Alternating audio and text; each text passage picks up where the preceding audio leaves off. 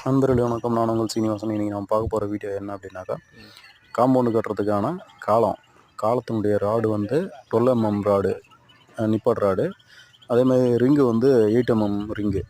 இதுதான் வந்து நம்ம யூஸ் பண்ணி நம்ம அந்த காலத்தை கட்டுறோம். இதுக்கு வந்து